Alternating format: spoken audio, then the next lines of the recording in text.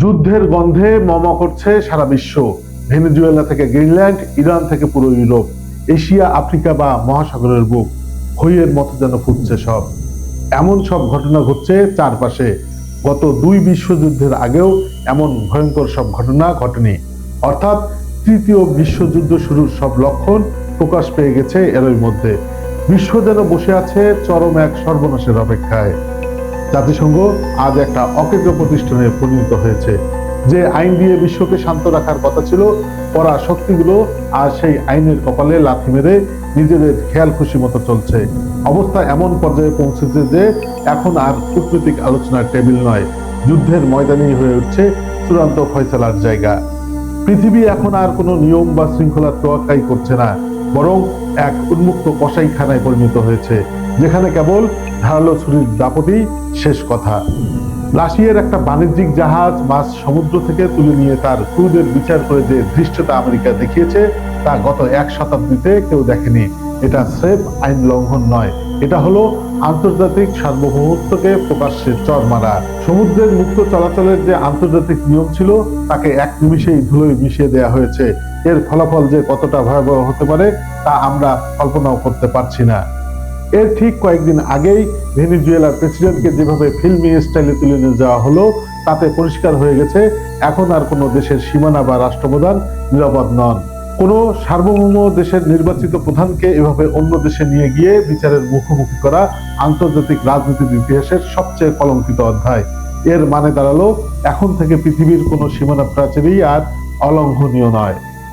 এদিকে ইরানের আকাশে যুদ্ধের কালো মেঘ এখন আর শুধু গুঞ্জন নয়, এক ধ্রুব বাস্তব। ইরান ইসরায়েল সীমান্তের উত্তেজনা এখন বিস্ফোরণের অপেক্ষায়। অস্ট্রেলিয়া আর রাশিয়া তাদের নাগরিকদের দেশ দুটি থেকে দ্রুত সরিয়ে নিচ্ছে। মানে হলো, গোয়েন্দা রিপোর্ট বলছে যে কোনো মুহূর্তে বড় ধরনের হামলা হয়ে যেতে পারে। আমেরিকা আর ইসরায়েল যৌথভাবে ইরানের অস্থিতিশীল পরিস্থিতির সুযোগ নিয়ে গুরুত্বপূর্ণ সামরিক ও পারমাণবিক স্থাপনায় আক্রমণ চালানোর জন্য সব গুছিয়ে ফেলেছে। ইরানের তেল খনি থেকে শুরু করে ড্রোন তৈরির কারখানা সবই এখন টার্গেটের মধ্যে। ইরানও চুপ করে বসে নেই, তারা পাল্টা আঘাতের যে হুমকি দিয়েছে, তাতে মধ্যপ্রাচ্যের পুরো মানচিত্র বদলে যেতে পারে। এই যে এক একটা দেশ এক একটা দেশের উপরে ঝাঁপিয়ে পড়ছে, এটা কেবল আঞ্চলিক কোনো ঝগড়া নয়, এটা হলো একটা গ্লোবাল চেইন রিয়াকশন, যা আমাদের তৃতীয় বিশ্বযুদ্ধের খাদের কিনারায় নিয়ে গেছে। একটা বিষয় ক্লিয়ার হওয়া দরকার, এই বিপদের দিনে আসলে কোনো রাষ্ট্র তার আপন নয়। আমরা যাদের বন্ধু হবি তারা আসলে সাময়িক স্বার্থের ভাগিদার। পাকিস্তান খুব বন্ধু হয়ে দাঁড়াচ্ছে না, দেখবেন বিপদ দেখলে দৌড় দিবে। ভারত যদি কখনো বাংলাদেশে হামলা করে বসে, ভাবছেন পাকিস্তান পাশে দাঁড়াবে? সে চিন্তা ভুলে যান। আন্তর্জাতিক সম্পর্কে আবেগ ও নিঃস্বার্থ ভালোবাসার কোনো জায়গা নেই। ভেনেজুয়েলার মাদুরোর জানের বন্ধু ছিল চীন আর রাশিয়া, কিন্তু যখন মার্কিন কমান্ডোরা তাকে তুলে নিয়ে গেল, তখন সেই বন্ধুরা কেবল দূর থেকে বিবৃতি দিয়ে খালাস। তারা এগিয়ে আসেনি তাদের বন্ধুকে বাঁচাতে, কারণ দিন শেষে পরাশক্তিগুলো তাদের নিজেদের ভূ রাজনৈতিক লাভ ক্ষতির হিসেব কষে। এই যে দুধ দেখিয়ে ঘোল খাওয়ানোর রাজনীতি, এটা এখন সারা বিশ্বে চলছে। আজ আমেরিকা গ্রিনল্যান্ড দখলে নীল নকশা করছে, যা ইউরোপের শান্তিতে বড় এক ধাক্কা। আবার ভারতের মতো দীর্ঘদিনের পার্টনারের উপর 500% শুল্ক বসানোর হুমকি দিচ্ছে। এর মানে হলো, স্বার্থের প্রয়োজনে তারা নিজেদের ঘরের বন্ধুকেও পর করতে এক সেকেন্ডও দ্বিধাবোধ করবে না। বিশ্ব রাজনীতির এই নতুন মোড় অত্যন্ত বিপজ্জনক। ভারত যখন রাশিয়া থেকে তেল কেনার মতো স্বাধীন সিদ্ধান্ত নিতে চায়, তখনই তাদের উপরে হরক নেমে আসে।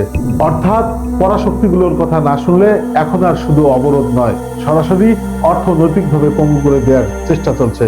এই জোরজার মুল্লুকতার নীতি যখন ডমিনেট করে, তখন ছোট এবং মাঝারি দেশগুলোর অবস্থা হয় তাসের ঘরের মতো। তো এই যখন পরিস্থিতি, বাংলাদেশের খবর কি? প্রশ্ন হলো, এই যে শগুনের থাবা চারদিকে বিস্তৃত হচ্ছে, আমরা কি তার বাইরে? বাংলাদেশ কি বিদেশি কোনো অপশক্তির থাবা থেকে নিরাপদ? আমাদের কৌশলগত অবস্থান, আমাদের বঙ্গোপসাগর আর আমাদের ক্রমবর্ধমান অর্থনীতি আজ অনেকেরই ঈর্ষার কারণ। 18 কোটি মানুষের এই দেশটাকে যদি আজ আমরা সিনাটান দিয়ে চলার মতো যোগ্য না করি, তবে ইতিহাসের আস্থা করে হারিয়ে যেতে সময় লাগবে না আমাদের। আমরা কি কোনো বড় শক্তির খেলার ঘুঁটি হতে চাই, নাকি নিজেদের ভাগ্য নিজেরা লিখতে চাই? প্রশ্ন সেখানে। বিচারহীনতার এই পৃথিবীতে বিচার চেয়ে সময় নষ্ট করা বোকামি। এখানে টিকে থাকতে হলে শক্তির বিকল্প নেই।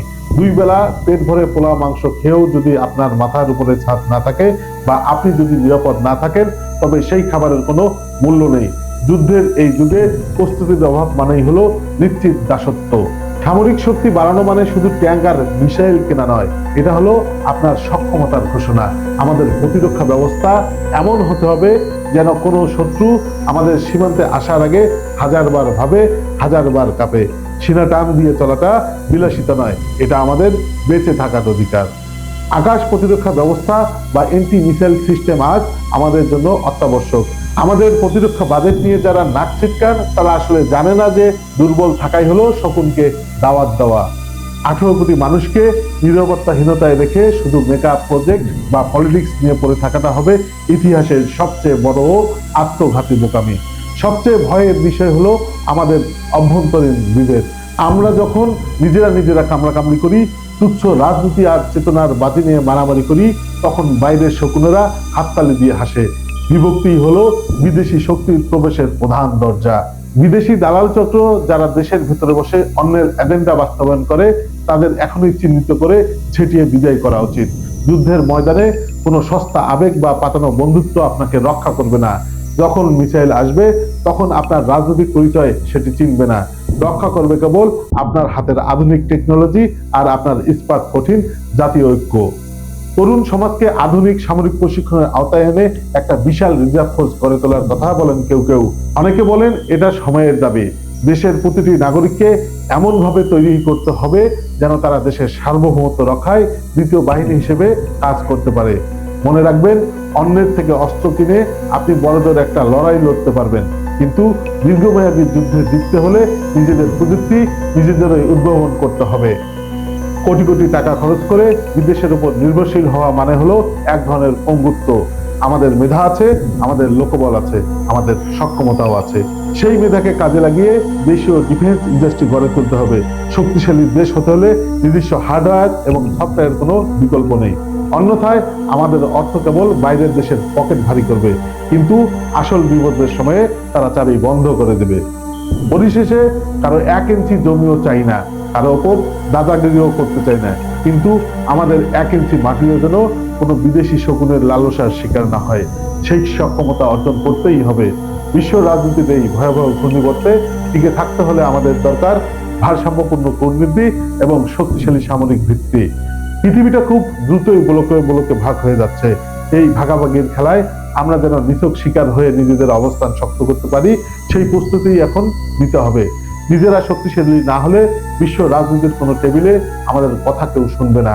বাংলাদেশ যদি আর সেনা টান দিয়ে দাঁড়াতে না পারে, তবে আগামীর পৃথিবী আমাদের ক্ষমা করবে না। সময় ফুরিয়ে আসছে, ঘড়ির কাঁটা দ্রুত ঘুরছে। এখনই সময় ঐক্যবদ্ধ হওয়ার, এখনই সময় নিজেদের দুর্গ গড়ে তোলার। ধন্যবাদ সকলকে। লালভাট নিউজের সাথেই থাকুন।